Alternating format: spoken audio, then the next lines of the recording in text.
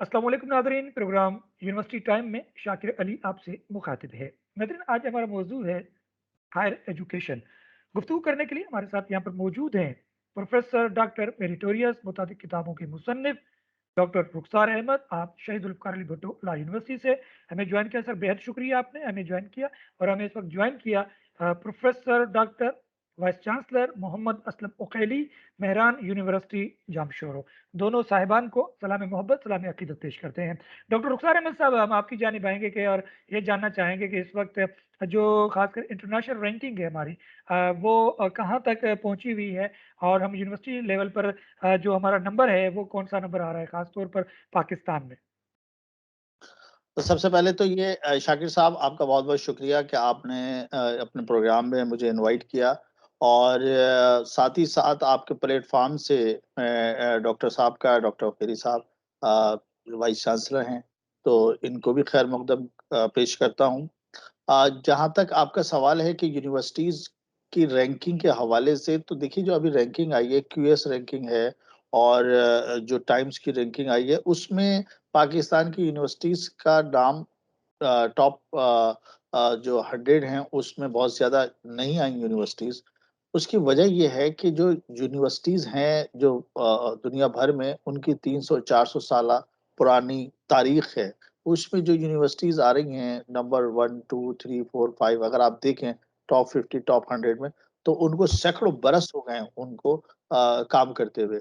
जबकि पाकिस्तान की यूनिवर्सिटीज़ जो हैं वो इतनी ही पुरानी है जितना पाकिस्तान बना है, अगर सबसे ज़्यादा पुरानी हम कोई यूनिवर्सिटी देखें। अदरवाइज़ जो जो यूनिवर्सिटीज़ हैं, जो नई बन रही हैं, उनको 10 साल हुए हैं, किसी को अभी 10 साल भी नहीं हुए हैं। तो एक बात। दूसरी बात ये है कि पाकिस्तान की यूनिवर्सिटीज़ का जो बजट होता है ना, वो इतना ज़्यादा नहीं होता कि जिसमें वो रिसर्च में, डेवलपमेंट में कोई ऐसा काम करे, कोई एकेडमिया में या करिकुला में कोई काम करे। जहाँ तक बाहर की यूनिवर्सिटीज़ हैं, उनके बजट अगर आप देखें, तो उनके बजट बहुत बड़े-बड़े बजट होते हैं। मैं समझता हूँ कि सिंध के सूबे की तमाम यूनिवर्सिटी को इकट्ठा कर लिया जाए, तो उससे ज़्यादा उनका कहीं जो है ना, वो बजट होता है।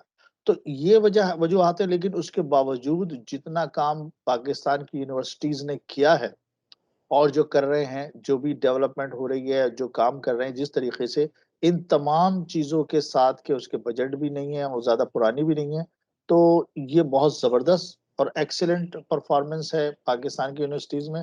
उसकी वजह ये है कि जो उसके सरबराह हैं, जो वाइस चांसलर्स हैं, वो निहायत ही काबिल और निहायत ही तजुर्बेकार लोग हैं।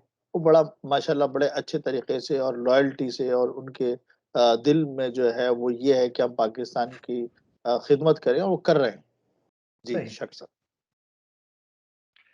मोहम्मद असलम मुखेली साहब वाइस चांसलर हैं मेहरान यूनिवर्सिटी जामशोरो के। बहुत शुक्रिया सर, आपने हमें वक्त दिया और हम ये चाहेंगे कुछ आप अपनी तालीम के बारे में हमें बताएं और किस किस इदारे से आपने पढ़ा है और आगे जो आपने बहुत सारे प्रोग्राम अटेंड किए होंगे पाकिस्तान और पाकिस्तान से बाहर, उस हवाले से भी हमें कुछ रहनुमाई दें और अपने बारे में बताएं। थैंक यू शाकिर, आपने हमें वक्त दिया और मौका दिया कि वी कैन हम बोल सकें और जो हमारे सुनने वाले हैं, हमारे देखने वाले, उनको बता सकें कि पाकिस्तान की यूनिवर्सिटी क्या कर रही हैं। मैं अपने बारे में बताता चलूं कि मैं ठट्टा, जो कराची से कोई 100 किलोमीटर दूर एक छोटा सा डिस्ट्रिक्ट है, उसकी अपनी तारीख थी। वो किसी ज़माने में कैपिटल भी रहा था सिंध प्रोविंस का, लेकिन इस वक्त सबसे पसमानदा ज़िला कहलाता है। ठट्टा और बदीन लाड़ के जो दो डिस्ट्रिक्ट हैं, थरपारकर, ये सारे पसमानदा ज़िले में अजला में आते हैं। और मैं ठट्टा की गवर्नमेंट हाई स्कूल से पढ़ा हुआ हूँ। मैट्रिक मैंने वहीं से की, इंटर भी गवर्नमेंट कॉलेज ठट्टा से की थी। और फिर अल्लाह के फजल से मेरी एडमिशन हुई थी मेरिट पे एनईडी यूनिवर्सिटी कराची में, और मैंने 86-87 में एनईडी से बैचलर की डिग्री हासिल की इलेक्ट्रिकल इंजीनियरिंग में, अच्छे नंबरों से। उसके बाद मुझे जॉब ऑफर हुई, लेकिन मैंने प्रेफर किया कि मेरा यूनिवर्सिटी में आके लेक्चरर बनूं। 87 से मैं यहाँ लेक्चर के तौर पे मैं मुंतखब हुआ था। उसके बाद डॉक्टर महबूब हक के ज़माने में जो एसएनटी स्कॉलरशिप ऑफर हुई थी, वो मैंने विन की थी और मुझे अल्लाह ने मौका दिया कि मैं बाहर जाके पढूं। और मैंने मास्टर्स और पीएचडी अपने मुकर्रर वक्त से पहले ख़त्म करके 96 में मैं वापस आया था। 92 में मैं गया था लीड्स यूनिवर्सिटी यूके से, और मैंने मास्टर और पीएचडी भी की। इसी दौरान मैंने मास्टर इकोनॉमिक्स में भी की। और बाद में मैं, ज़ाहिर है कि यूनिवर्सिटी के में जिस तरह प्रमोशंस होते हैं, तो मैं पीएचडी के बाद मुझे एसोसिएट प्रोफेसर बनाया गया। फिर मैं प्रोफेसर हुआ 2000 में। 2011 में मैं मेरिटोरियस प्रोफेसर बना, जो कि प्रोफेसर की हाईएस्ट कैटेगरी कहलाती है ग्रेड 22 के। और मैं पिछले 8 साल से एज ए वाइस चांसलर की खिदमत अंजाम दे रहा हूँ मेहरान यूनिवर्सिटी में। मेहरान यूनिवर्सिटी सिंध की जो बड़ी इंजीनियरिंग यूनिवर्सिटीज़ हैं, एनईडी और मेहरान, तो उनमें से एक है। और अल्हम्दुलिल्लाह इसका जो फोकस है वो इंटीरियर की डिस्ट्रिक्ट्स में है और इस वक्त अच्छा काम कर रही है। लेकिन जैसे डॉक्टर रुखसार साहब ने बड़ा सही कहा कि अगर हम अपनी पाकिस्तान की पूरी पब्लिक सेक्टर यूनिवर्सिटीज़ की फंडिंग देखें, तो अमेरिका की अगर जो अच्छी यूनिवर्सिटी किसी एक की फंडिंग के मुकाबले में तो सारे पब्लिक सेक्टर यूनिवर्सिटीज़ की फंडिंग उससे कहीं कम है। तो मेरे ख्याल में एक तो मेजर रीज़न ये है। लेकिन उसके बावजूद आई थिंक हम डॉक्टर अता रहमान साहब के शुक्रगुजार हैं कि जिन्होंने यूनिवर्सिटीज़ को जो हमारे मुल्क में यूनिवर्सिटीज़ का ज़्यादा से ज़्यादा काम ये था कि डिग्रियां दे रही थी कॉलेज के तरफ से। तो वो जो नॉलेज के हवाले से 4 डायमेंशन है कि जो हमारा फर्स्ट डायमेंशन यूनिवर्सिटीज़ का है कि नॉलेज ट्रांसफ़र। तो वो नॉलेज ट्रांसफ़र करते थे हम, और हम लोगों को, बच्चों को बैचलर और मास्टर्स की डिग्रियां देते थे। लेकिन डॉक्टर अता रहमान ने यूनिवर्सिटीज़ को ट्रांसफॉर्म किया, और उन यूनिवर्सिटीज़ को जो कि कहलाती यूनिवर्सिटीज़ थी लेकिन हकीकतन वो कॉलेज से ज़्यादा नहीं थी, उनको यूनिवर्सिटीज़ में कन्वर्ट किया, उनको फंडिंग दी, उनको अच्छी जो है वो इंफ्रास्ट्रक्चर बिल्ड करने की मदद की। और हम भी उसी दौर में पिछले 2 दहाई में हमने भी काफ़ी अच्छी ग्रोथ की। और फिर वो जो दूसरा डायमेंशन है नॉलेज का, कि नॉलेज क्रिएशन, कि रिसर्च होनी चाहिए। तो हमारे यहाँ भी अल्हम्दुलिल्लाह रिसर्च हुई, और इस वक्त हम रिसर्च के हवाले से पाकिस्तान की चंद अच्छी यूनिवर्सिटीज़ में एक हैं। फिर वो नॉलेज जो क्रिएट होती है, तो तीसरा डायमेंशन ये है कि उसका नॉलेज एप्लीकेशन हो, यानी जो नॉलेज क्रिएट हो उसका कहीं यूज़ भी हो। तो अल्हम्दुलिल्लाह वी आर वेरी हैप्पी कि हमारी जहाँ जो नॉलेज क्रिएट हो रही है, जैसे वाटर की क्वालिटी के हवाले से, वाटर फिल्ट्रेशन के हवाले से, ये नैनो क्लो मास्क के हवाले से, तो काफ़ी चीज़ें हमारी जो हैं वो अभी प्रोडक्ट की तरफ भी जा रही हैं। और आखिरी जो डायमेंशन है नॉलेज का, कि नॉलेज इंटीग्रेशन हो, जिसमें नॉलेज का कम्युनिटीज़ को और सोसाइटी को फ़ायदा हो, जो कि अल्टीमेट एम है यूनिवर्सिटीज़ का। क्योंकि universities are considered as a change agent. यहाँ से जो बच्चे निकलते हैं वो एक लिहाज से जो है वो माशरे में तब्दीली का बास बनते हैं। तो मेरे ख्याल में हम अल्लाह के फजल से उस तरफ भी जा रहे हैं। तो यूनिवर्सिटीज़ ने काफ़ी तरक्की की है। लेकिन फिर हम अगर कम्पीट करते हैं वेस्टर्न यूनिवर्सिटी से, तो एक तो हमारी फंडिंग इशू है। दूसरा, जो आप रैंकिंग के पैरामीटर में देखें तो एक मेजर पैरामीटर है नंबर ऑफ फॉरेन स्टूडेंट्स। वो ऑलमोस्ट हमारा ज़ीरो है, क्योंकि लॉ एंड ऑर्डर और दूसरा जियोपॉलिटिकल सिचुएशन और भी बहुत सी वजूहत हैं जिनकी वजह से फॉरेन स्टूडेंट्स और फॉरेन फैकल्टी बड़ी लिमिटेड है, या तो है नहीं, अगर है तो भी बड़ी लिमिटेड है, यानी न होने के बराबर है। कुछ बच्चे श्रीलंका से या कुछ अफ्रीका से और कुछ अरब ममालिक से, बीच पीछे सार्क से भी कुछ आते थे, लेकिन उनकी तादाद भी अगर मैं कंपेयर करूं कि पिछले सालों के मुकाबले में कमी हुई है। उसका मेजर रीज़न ये है कि अभी अल्लाह के फजल से लॉ एंड ऑर्डर बेहतर हुई है, तो हो सकता है उसमें कुछ इम्प्रूवमेंट हो। तो ये रैंकिंग जो है वो एक तो ये पैरामीटर भी है, तो उसमें ज़ाहिर है हमारे वो आती नहीं है। हम कहाँ से बच्चों को ले आए।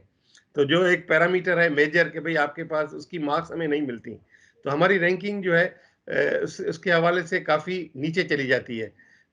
एक फंडिंग के, एक ये फॉरेन स्टूडेंट का है। तीसरा ये कि जाहिर है कि फंडिंग न होने की वजह से हमारी जो फैकल्टी है वो, उनका जो रेशियो है, मैं एक एग्जांपल दूं कि हमारे यहाँ कोई 20, 22, 24 स्टूडेंट पे एक टीचर है। तो वो टीचर सारा दिन पढ़ाता है, तो उसको टाइम नहीं मिलता कि रिसर्च करे। अगर रिसर्च के लिए तो हमें टीचर्स की तादाद बढ़ानी पड़ेगी। तीसरी सबसे बड़ी क्वालिटी पीएचडी, वो भी एक बड़ा इशू है। यानी हम अल्लाह के फजल से पीएचडीज में तो काफ़ी अमीर हो गए। अता रहमान साहब ने बड़ा एक्सटेंसिव जो है वो एफर्ट लिए थे, लोगों को बाहर भेजे थे। लेकिन जो क्वालिटी पीएचडी हैं वो उनको फिर बाहर वाले लोग अट्रैक्ट करते हैं, क्योंकि वो ब्रेन ड्रेन भी होता है। हमारे यहाँ भी जो है ये भी एक मसला है कि इसकी वजह से जो, क्योंकि जब वो अच्छे पीएचडी आते हैं तो उनको फंडिंग चाहिए कि रिसर्च करें। अब वो फंडिंग उनको नहीं मिलती, तो वो फिर इसी तलाश में रहते हैं कि हमारे 5 साल पूरे हो जाएं, बॉन्ड पीरियड पूरा हो जाए, हम बाहर निकलें, कहीं और मूव हुए, ताकि हम अपनी रिसर्च को फ्लोरिश कर सकें। तो मेरे ख्याल में ये सारी वजूहत हैं। लेकिन इसके बावजूद मैं समझता हूँ कि पाकिस्तान में अगर देखा जाए जो प्राइमरी, सेकेंडरी और हायर एजुकेशन, तो हायर एजुकेशन की परफॉर्मेंस बाकी एजुकेशन के मुकाबले में कहीं बेहतर है। और उसकी मेजर वजह ये है मैं समझता हूँ कि जो यूजीसी कन्वर्ट हुई थी हायर एजुकेशन कमीशन में, और फिर बीच में आपको पता है एचईसी के अपने इश्यूज थे। अभी जो बुरबन में मीटिंग हुई थी कि हम एक पॉलिसी बनाते हैं, फिर हम कहते हैं कि नहीं, इसको हम अब दूसरी पॉलिसी बनाएंगे। तो मेरे ख्याल में अब 70 साल में हमने काफी तजुर्बे कर लिए, अब हमें चाहिए कंसिस्टेंसी। हम जो भी एक चीज ले आए उसको हम कंसिस्टेंटली फॉलो करें। तो ये एक और वजूहत हैं जिनकी वजह से हम थोड़े से हमारी जो वो कंसिस्टेंसी नहीं आती है। लेकिन मैं समझता हूँ इस वक्त फंडिंग, खासतौर पे पेंशन गवर्नमेंट सेक्टर की यूनिवर्सिटीज में एक बड़ा मसला है कि हमारे यहाँ इंडोमेंट बनी नहीं है, हमारे यहाँ पेंशन जो है वो देना बड़ा मसला है, न सिर्फ हमारे लिए बल्कि मैं तो समझता हूँ कि मैंने थोड़ी इकोनॉमिक्स जो पढ़ी है उसके हवाले से मैं देखता हूँ कि पूरे मुल्क में ये पेंशन जो है वो हमारा मेजर चंक रिकरिंग का ले जाता है, क्योंकि हमने वो पेंशन जो फंड पुराने थे वो सही तौर पे इन्वेस्ट नहीं किए, जिसकी वजह से हमें पेंशन अब अपनी रिकरिंग ग्रांट से देनी पड़ रही है। तो जितनी बड़ी यूनिवर्सिटी हैं, कराची यूनिवर्सिटी हो, यूनिवर्सिटी ऑफ सिंध हो, बलोचिस्तान यूनिवर्सिटी है, पंजाब यूनिवर्सिटी है, एनईडी है, मेहरान है, जितनी बड़ी है, ज़ाहिर हम इंजीनियरिंग यूनिवर्सिटी में फिर भी हमारे यहाँ नंबर कम है, लेकिन जो जनरल यूनिवर्सिटीज़ हैं उनके मसाइल और हमसे ज़्यादा हैं, उनके यहाँ ये फंडिंग के और ज़्यादा इशू हैं। तो ये सारी चीज़ें तो सर इस एक एक प्रोग्राम के सवाल हवाले से भी मेरी तो ये ख्वाहिश होगी कि आप हमारी आवाज़ पहुंचा सकें कि भाई यूनिवर्सिटी की अभी भी अगर आप देखें कि लेस देन 1% हायर एजुकेशन की बजट है, उसको बढ़ाना पड़ेगा। फेडरल गवर्नमेंट के लेवल पे भी, प्रोविंशियल गवर्नमेंट के लेवल पे भी, फिर हमारी जो है यूनिवर्सिटियां और तरक्की कर सकेंगी। तो सर क्या इस वक्त इंटरनेशनल लेवल पर कोई ऐसी कोई कॉन्फ्रेंस इंजीनियरिंग के हवाले से, साइंस एंड टेक्नोलॉजी के हवाले से कोई एक्सपो, या तमाम यूनिवर्सिटियों के वाइस चांसलर्स जमा हो, कोई एक्सपो हो, कोई सेशंस हो, कोई मार्केटिंग हो यूनिवर्सिटियों की, क्या इस तरह मुमकिन है? नहीं, बिल्कुल है। अब तो देखें ना, कोविड ने हमें जो है वो ये ऑनलाइन सिखा दिया। अब हम आपसे स्टूडियो में नहीं बैठे हुए हैं, हम आपसे दूर बैठे हुए हैं, लेकिन ऐसे लग रहा है कि हम सामने बैठ के जो है वो बातें कर रही हैं रियल टाइम में। तो मेरे सही। ख्याल में अभी हमारे यहाँ कॉन्फ्रेंसेस हो रही हैं, हर यूनिवर्सिटी अपनी अपनी लेवल पे कॉन्फ्रेंस कर रही है। हाइब्रिड मोड है, जिसमें जो है वो और आसानी हो गई है कि जितने जो एक्सपर्ट थे जिनका पहले आना बड़ा कॉस्टली होता था, अब वो अपने मोबाइल्स पे, अपने लैपटॉप पे बैठ के हमें, हमारे बच्चों को बताते हैं कि क्या अपॉर्चुनिटीज हैं, क्या रिसर्च हो रही है, और उसकी वजह से रिसर्च की जो कोलैबोरेशन बड़ी बड़ी है। यानी मैं बताता चलूं कि हमारा वाटर सेंटर है जो कि हमें यूएसएड के तावन से मिला था। तो अभी ये रिसेंटली हमारे कोई 40 बच्चे बाहर पढ़ने गए हैं, पीएचडी करने गए हैं, और वो भी यूएसए और यूरोप की अच्छी यूनिवर्सिटीज में। तो मेरे ख्याल में ये सारी जो है वो कॉन्फ्रेंसेज में जो नेटवर्किंग होती है उसका बेनिफिट होता है। इससे पहले वाइस चांसलर लेवल पे एचईसी ने तुर्की में एक की थी, जिसपे हमें पाकिस्तानी यूनिवर्सिटी को काफी मौका मिला था दूसरी यूनिवर्सिटीज इंटरेक्ट करने को। बीच में एक श्रीलंका में एक्सपो हुआ था जिसमें मेरा यूनिवर्सिटी भी गई थी, और अभी हमें जो है वो श्रीलंका के पिछले सालों से हमारे यहाँ श्रीलंका के स्टूडेंट्स आना शुरू हो गए हैं रेगुलर बेसिस पे। तो मैं समझता हूँ कि जाहिर है उनका एक एडवांटेज होगा। लेकिन सबसे बड़ी बात यह है कि जो हमारी अभी रिसेंट ग्रोथ हो रही है यूनिवर्सिटीज में, लॉ एंड ऑर्डर अच्छा होगा तो यूनिवर्सिटीज की ग्रोथ और बढ़ेगी, क्योंकि हमारे यहाँ लोगों को आने की कोई दिक्कत नहीं होगी। पाकिस्तान में बाहर से लोग आएंगे तो जाहिर है जब वो इंटरेक्ट करते हैं तो नेचुरली रिसर्च जो का जो मेजर पोर्शन यही है कि आपकी कोलैबोरेशन हो, नेटवर्किंग हो, बाहर जो रिसर्च हो वो हमारे यहाँ कम्युनिकेट हो। अब इंटरनेट की वजह से ये फायदा तो हुआ है कि इमीडिएट कम्युनिकेट होती है, और मेरे ख्याल में और भी ये बढ़ेगी आगे चल के। अभी हम गेस्ट लेक्चर करते हैं, पहले हमारे पास अगर किसी लेक्चर किसी सब्जेक्ट के लिए एक्सपर्टीज नहीं थी तो अभी हम फौरन बाहर से किसी दोस्त को कॉल करते हैं कि यार तू लेक्चर दे दे बच्चों को। और हमारे काफी पाकिस्तानी बाहर बड़ा अच्छा परफॉर्म करते हैं। हमारे बहुत से कलीग्स हैं जो कि बाहर की यूनिवर्सिटीज में अच्छा काम कर रहे हैं, तो they are very eager to help the Pakistan. जाहिर है उनकी जो वो कहते हैं कि हम अगर फिजिकली मॉनिटरी तौर पे नहीं हेल्प कर सकते तो हम अपनी नॉलेज शेयर करें। और मेरा तो यही उनका कहना होता है उनको कि शेयरिंग जो है ना वही आपको आगे चल के, यानी इससे पे बैक टाइम, हमें जो कुछ मिला है इस मुल्क का, खासतौर पे हायर एजुकेशन के हवाले से मैं समझता हूँ कि हमारा जो मुल्क है वो जाहिर है is one of the poor country. तो हमें जो हमारे बच्चों पे जो रिसोर्स लगते हैं वो गवर्नमेंट की हार्ड कोर मनी है। तो उनको जो है वो चाहिए कि जब वो ग्रेजुएट होकर बाहर जाएं तो अपने मुल्क के लिए कुछ ना कुछ रिटर्न्स करें, और मिनिमम रिटर्न ये है कि अपनी नॉलेज शेयर करें।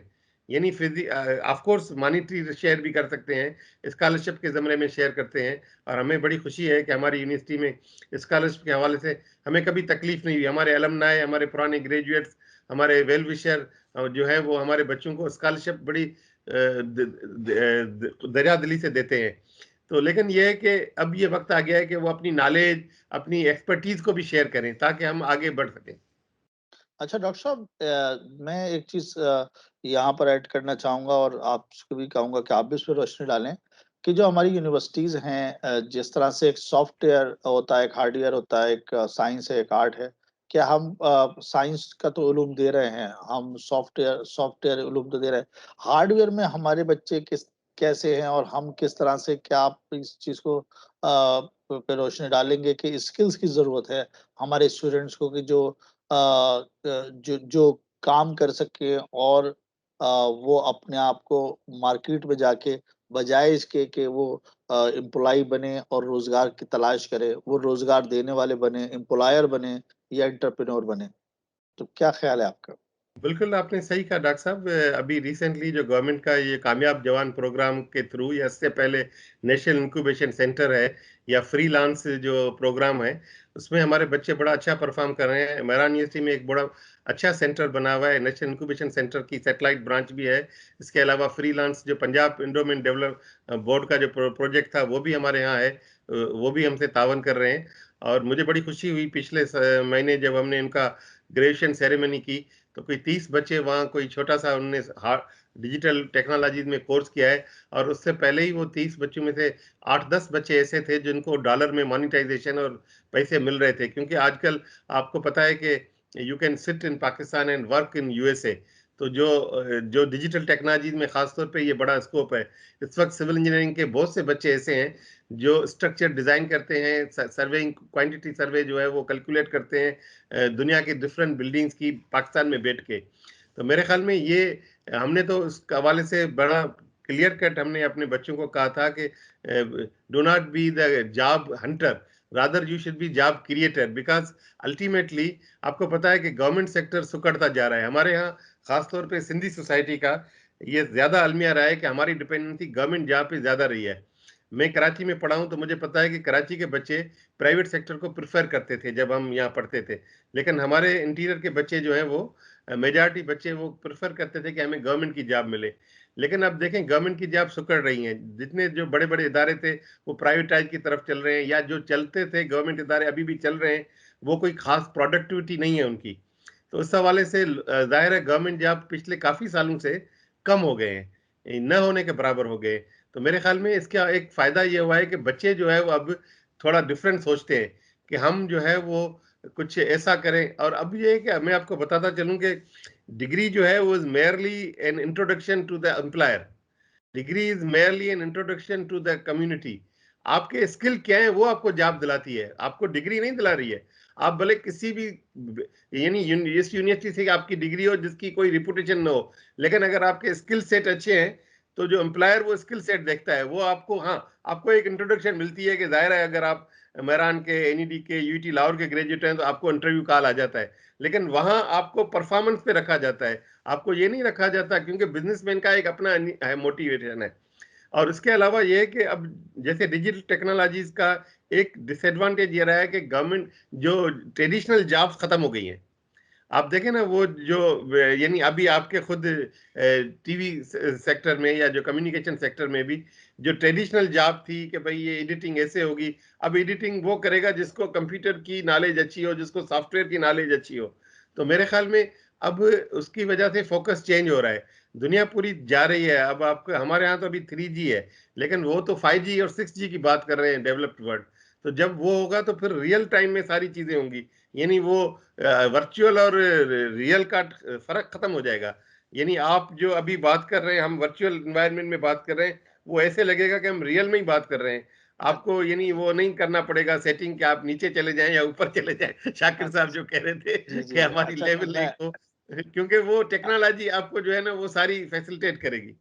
अच्छा डॉक्टर साहब, मैं एक चीज़ और आपसे पूछना चाहूँगा, चूँकि आपकी फ़ील्ड है इंजीनियरिंग की, और इस हवाले से ये भी बात करूँगा कि पाकिस्तान में जहाँ बहुत अच्छा काम हुआ है, वहाँ ये भी हुआ है कि स्पेशलाइज़्ड यूनिवर्सिटीज़ पे काम हो रहा है। जैसे इंजीनियरिंग यूनिवर्सिटी है, तो उस इंजीनियरिंग पे, इसी तरह से अगर मेडिकल है, मेडिकल यूनिवर्सिटी है। मैं जिस यूनिवर्सिटी से ताल्लुक़ रखता हूँ, वो लॉ यूनिवर्सिटी है, शहीद Zulfikar Ali Bhutto university of law. तो अब उसमें ये तो बड़ा अच्छा हो रहा है कि एक स्पेशलाइज्ड यूनिवर्सिटी बन रही। डॉक्टर साहब क्या फरमाएँगे आप कि हमारा जो इंजीनियरिंग का जो मियार है, वो कितनी यूनिवर्सिटीज़ से के बाद आता है और कितने ममालिक से हम लोग ये समझ सकते हैं कि हम इंजीनियरिंग में इन ममालिक से ज़्यादा एडवांस हैं? या और दूसरा ये कि इन ममालिक से हम थोड़ा पीछे हैं? तो क्या फरमाएँगे आप? देखिए मसला ये है कि हमारे जो ग्रेजुएट हैं, बच्चे हैं, जो एवरेज अबोव एवरेज बच्चा है, वो तो हर जगह हंट होता है ना। आप देखें यूएसए के टॉप इदारों में भी बच्चे हमारे काम कर रहे हैं। आपको वहाँ मेरान के ग्रेजुएट मिलेंगे, एनईडी के ग्रेजुएट मिलेंगे, यूईटीज़ के मिलेंगे, नस्ट के तो मिलेंगे, जेआईके के मिलेंगे, इन सब के बच्चे आपको मिलेंगे। और मिडल ईस्ट में आप जाएँ तो हमारे पाकिस्तान के बच्चे वाक़ई डोमिनेंट हैं। अगर आप यूएई में जाएँगे तो आपको ज़्यादा जो इंजीनियर मिलेंगे वो हमारे ममालिक से मिलेंगे। अब गवर्नमेंट लेवल पे कोई ऐसी सर्वे तो नहीं की गई है जिससे हमें एग्जैक्ट पता चले, लेकिन देखें ना वाशिंगटन अकॉर्ड हमें अभी 2-3 साल पहले मिला है इंजीनियरिंग को। अब हमारी इंजीनियर्स को जो पुराने इंजीनियर थे उनको अगर यूएसए में काम करना पड़ता था तो एक एग्जाम देना पड़ता था। अब हमारे नए जो ग्रेजुएट हो रहे हैं जिनको वाशिंगटन अकॉर्ड से के तहत उनकी एक्रेडिटेशन हुई है, उनको वो इम्तिहान देना नहीं पड़ता। उनकी डिग्री को वेटेज दिया गया है equivalent to the best western degrees.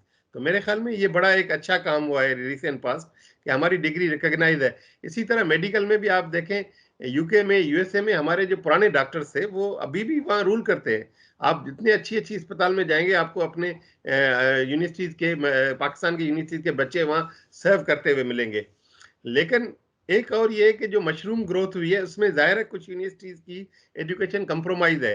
मैं हमेशा कहता हूँ कि जैसे हमारा undergrad programme is very strong, क्योंकि हम वो प्रोग्राम 60-70 साल से चला रहे हैं। जैसे आपने कहा कि यूनिवर्सिटीज को बिल्ड होने में सालों लगते हैं। और मैं आपको एक छोटा सा जो है वो किस्सा सुनाऊं कि मैं एक ट्रेनिंग पे गया था ऑक्सफोर्ड यूनिवर्सिटी में, 2 दिन हमने स्पेंड किए थे, ब्रिटिश काउंसिल की ट्रेनिंग थी। तो मैंने ऑक्सफोर्ड यूनिवर्सिटी के वाइस चांसलर से बड़ा सवाल किया था कि सर आपकी यूनिवर्सिटी कब बनी थी। तो उन्होंने बड़ा मजे का जवाब दिया था, एंड आई ऑलवेज कोट। उन्होंने कहा था कि मुझे नहीं पता कब बनी थी, 900 साल पहले यूनिवर्सिटी थी। तो आप इमेजिन करें कि हम बने हैं 77 में यूनिवर्सिटी, 63 में कॉलेज। हमारे यहाँ सबसे पुराना इंजीनियरिंग कॉलेज शायद एनईडी है जो 23 में बना है। नेक्स्ट ईयर 100 साल पूरे करेगा। तो हमारे इदारों को बनने में यानी बहुत सा टाइम लगता है। और जो अच्छे इदारे हैं वो वाल होते हैं। हमारे यहाँ है कि बदकिस्मती से एक अनाउंसमेंट पे इदारा बन जाता है। ठीक है, एक अनाउंसमेंट से यूनिवर्सिटी बन जाती है। और दूसरा लोअर लेवल पे टू मेनी स्पेशलाइजेशन वो भी हमें किल कर रही है। देखिए हमें चाहिए हमारे बच्चों को जो है वो बेसिक अंडरस्टैंडिंग ला की भी चाहिए। अब हमारे यहाँ क्योंकि वो हर यूनिवर्सिटी स्पेशलाइज करती है तो हमारे यहाँ वो फैकल्टी नहीं होती। अब जैसे वाटर पॉलिसी लाए हमारे यहाँ, मैं जब यूएसए गया तो मैंने वहाँ, अब हमारे यहाँ वाटर पॉलिसी ला पे कितने एक्सपर्ट है, हमारे यहाँ एनवायरमेंटल पॉलिसी ला पे कितने एक्सपर्ट है। हमारे यहाँ मुझे याद है मैं हेस्को बोर्ड में बोर्ड ऑफ डायरेक्टर था, तो हमें पिटीशन नेपरा की पिटीशन पे या टैरिफ पे हमें एक एडवाइस चाहिए थी। तो पूरे पाकिस्तान से कोई 4-5 ही काबिल लॉयर थे जो कि इलेक्ट्रिसिटी टैरिफ या इलेक्ट्रिसिटी एक्ट में एक्सपर्ट थे। देखिए स्पेशलाइजेशन का दौर है। तो हमें इस वक्त जरूरत सर यह है एक कि हम सवाल ये अपनी कोलाबोरेशन बढ़ाएं। हमारे यहाँ सर हम सर एक बातें बड़ी सवाल करते हैं लेकिन हमारे पास वाली यूनिवर्सिटी से हमारी कोलाबोरेशन नहीं होती।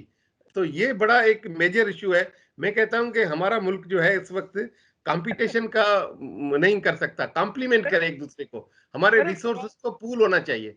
जी, जी। आपने उम्दा गुफ्तगू कर रहे हैं और एक रफ्तार में गुफ्तगू कर रहे हैं, अच्छे अंदाज़ से कर रहे हैं और हमें समझ में आ रहा है रेडियो का ये अंदाज़ अच्छा है, फ्रीक्वेंसी भी अच्छी है और सर मैं समझता हूँ कि एक दानिश्वर को इसी तरह ही बोलना चाहिए, एक ही रफ्तार में ताकि पता चले कि क्या बात है। वो बीच में पॉज़ दे के बात करना बड़ा अजीब-ओ-गरीब भी लगता है। अब मैंने उम्दा सवाल किया शाकिर हाँ, साहब मैं थोड़ी-सी इसमें माफ़ी चाहूँगा कत्ल जी, जी। कलामी की। आपने कहा कि एक प्रोफ़ेसर को ऐसे ही बोलना चाहिए, मेरिटोरियस प्रोफ़ेसर है। Meritorious professor is the highest position. देखिए ना, प्रोफ़ेसर के पास एक दफ़ा माइक आ जाए, तो लोग ये कहते हैं, "भई, अब ये माइक वापस कैसे आएगी?" ये तो मेरिटोरियस प्रोफ़ेसर है। बिल्कुल सर, तो अब बिल्कुल वक़्त हमारा कम है।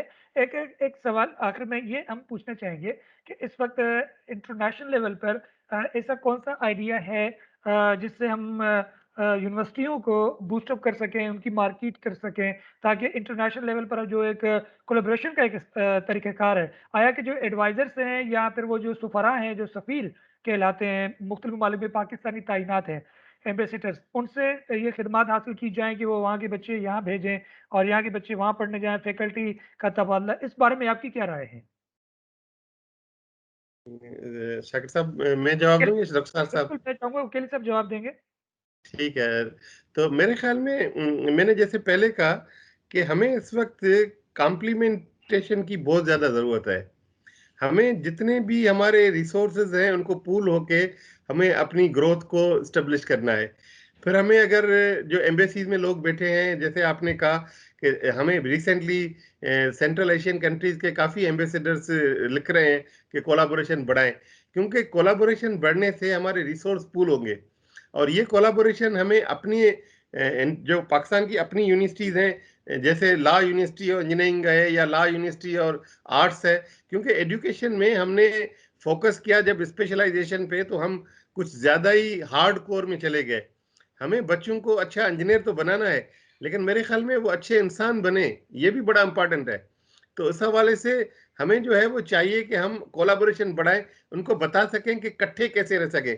हमारा जो सबसे बड़ा अलमिया है इस मुल्क का, कि हम जो एक्ट ऑफ बिलोंगिंग है, ओनरशिप है, वो हमारा मिसिंग है। देखें ना, मलेशिया है जिसमें 3 डिफरेंट रिलीजन रहते हैं, लेकिन बड़ा इकट्ठे रहते हैं और को एग्जिस्ट करते हैं, एक दूसरे को बर्दाश्त करते हैं। हमारे यहाँ वो बर्दाश्त को बढ़ाना है, हमारे इदारों को इसमें मेजर रोल प्ले करना है कि हम अपनी यूनिवर्सिटीज़ की कोलैबोरेट करें अपने दूसरी यूनिवर्सिटी के साथ, फिर वेस्ट के यूनिवर्सिटी के साथ। बीच में हमारा जो वाटर सेंटर था, उसमें हमारी कोलैबोरेशन यूनिवर्सिटी ऑफ यूटा से थी। तो उन्होंने एक बड़ा हमें अच्छा मॉडल दिया था, क्लोनिंग मॉडल। वो क्या करते थे कि जैसे वहां पढ़ाया जा रहा है, वैसे ही वो कहते थे कि यहाँ पढ़ाए, एक प्रोजेक्ट के सिलसिले में। तो वो उसका बड़ा अच्छा फायदा हुआ था कि हमारे टीचर बड़े एक्सपीरियंस थे, लेकिन वो वेस्ट का तरीका सीखते गए कि वो कैसे पढ़ा रहे हैं, उनको मेंटरिंग वहां से मिलती थी। तो अभी भी हमारे बहुत अच्छे प्रोफेसर बाहर मौजूद हैं, हम उनसे मुस्तफीद हो सकते हैं, हम उनको कह सकते हैं कि हमें मेंटरिंग करें। क्योंकि हमें देखें ना, हम टीचिंग तो शायद हम एक्सपीरियंस है, लेकिन हमारी रिसर्च की एक्सपीरियंस क्या है? हमने दो सही, चार पीएचडी प्रोड्यूस किए हैं जिनकी क्वालिटी स्टिल है क्वेश्चनेबल। यानी हमने सही है। कितनी अच्छी पीएचडी प्रोड्यूस की है, थोड़ा सा हम रियलिस्टिक हों। हमारा अंडरग्रेड प्रोग्राम बड़ा स्ट्रांग है, लेकिन रिसर्च प्रोग्राम हमें अभी भी हमें हेल्प चाहिए दूसरों की। हम चाहते हैं कि इसमें हमें जो है वो दूसरे लोग मदद करें, मेंटरिंग करें। और उस हवाले से मैं तो बड़ा ओपन हूँ कि जहाँ से मदद मिले। हमारे जो इदारे हैं, जो इवन हमारे जो गवर्नमेंट के इदारे हैं, उनसे हमारी अच्छी कोलैबोरेशन होनी चाहिए। उनको जो मसाइल हों वो बच्चों को शेयर करना चाहिए, ताकि आइडियाज़ आए। क्योंकि हमारी जो सबसे बड़ी स्ट्रेंथ है, नौजवान है। इस वक्त पाकिस्तान की more than 70% population is below 30 year. I think this is the biggest strength of ours. और उनके पास बड़े अच्छे अच्छे आइडियाज हैं। हम उन आइडियाज को इनकलकेट करें और उन आइडियाज को हम जो है वो फ्लोरिश करें, तो हमें काफी हेल्प मिलेगी, हमारे इदारे ग्रो करेंगे, हमारे मुल्क की इकोनॉमी पर। सर ये सवाल के जो वाइस चांसलर है, जो सिंध के अंदर जो 8 यूनिवर्सिटियाँ हैं इंजीनियरिंग के हवाले से, तो क्या वो आपस में मिल बैठ के कोई आइडिया या इस तरह की कॉन्फ्रेंस पे वर्कशॉप आपस में करते हैं, या एक दूसरे के पास आते जाते हैं यूनिवर्सिटियों में, कोई तबादला ख्याल करते हैं? बिल्कुल करते हैं, लेकिन इसको और फॉर्मल होना चाहिए, इसको और इफेक्टिव होना चाहिए। अब देखें हमारे, क्योंकि भी रिसेंटली हमारे यहाँ भी ये हुआ है कि एनईडी के वाइस चांसलर जो है मुझसे 1 साल सीनियर है, डॉक्टर सलीम क्विस्ट में बैठे हैं नवाबशाह में। वो हमसे 1 साल हमारे बैचमेट थे, हम इकट्ठे ही लेक्चर हुए थे, वो मेहरान के साथ रहे थे। तो जाहिर है वो जो एक पर्सनल इंटरेक्शन है, उसकी वजह से वो फॉर्मल इंटरेक्शन बढ़ती है, लेकिन उसको गवर्नमेंट लेवल पे फॉर्मलाइज होना चाहिए और सारे इदारों को आपस में एक मुस्तकिल बुनियाद पे एक कोलैबोरेशन करनी चाहिए। ज्वाइंट सही। डिग्री प्रोग्राम होने चाहिए, ज्वाइंट रिसर्च होनी चाहिए। इस तरह हमारे रिसोर्सेज पूल होंगे और हमें जो है वो बेहतर अंदाज से हम प्रोजेक्ट कर सकेंगे। सर कोई पैगाम, कोई आइडिया, कोई मशवरा देना चाहें? बड़ी मेहरबानी शाकिर, आपने हमें टाइम दिया। मेरा मशवरा बच्चों को यही होगा, जैसे डॉक्टर रुखसार साहब ने कहा कि don't rely on jobs, better create your own jobs. क्योंकि अब जो वर्ड है हैज नो लिमिट, और थिंक्स बिग। जितना बड़ा सोचेंगे उतना ही आप बड़ा अचीव कर सकेंगे, और इस मुल्क को अब ये ज़रूरत भी है। और मैं उन सब बच्चों को यही कहूँगा कि इस मुल्क को ओन करें, अपने मुल्क को ओनरशिप दें, मैंने एक फिलॉसफी इंट्रोड्यूस की थी माय यूनिवर्सिटी की, कि हम इस मुल्क को माय कंट्री कहें, माय सिटी कहें। माय वर्ड की बड़ी एक पावरफुल जो है उसकी मीनिंग है। तो वो अगर हम अडॉप्ट करेंगे तो हम काफ़ी ये जो हमारे मसाइल हैं उनसे हमें निजात मिल जाएगी। Thank you very much. Doctor Rukhsar साहब कोई पैगाम देना चाहें? मेरा वही प्रोग्राम है जो मैं अक्सर देता हूँ कि पाकिस्तान से मोहब्बत करो, पाकिस्तान की तामीर करो, दिल से करो और जो काम भी करो ईमानदारी से करो। बहुत शुक्रिया प्रोफेसर डॉक्टर रुखसार अहमद साहब कि आपने हमें वक्त दिया और मुफीद मालूमात दी, और हमें बहुत शुक्रगुजार हैं मोहम्मद असलम मुखैली साहब, vice chancellor Mehran university Jamshoro. Sir आपका बेहद शुक्रिया, आपने उम्दा और लजीज गुफ्तगू की, और इसमें शीरी ज़्यादा थी और हमारे लिए सिरात मुस्तकीम था। यकीनन हम भी एक दिन इनाम हासिल करेंगे यूनिवर्सिटियों से उस तरीके से जिस तरह हम चाहते हैं, ताकि हमारे पूरे पाकिस्तान में यूनिवर्सिटियाँ इल्म के मयार के मुताबिक हों और पूरी दुनिया में इंटरनेशनल लेवल पर हम आ सकें। आपका बेहद शुक्रिया। प्रोग्राम यूनिवर्सिटी टाइम से शाकिर अली को दीजिए इजाज़त। फ़ी अमानिल्लाह।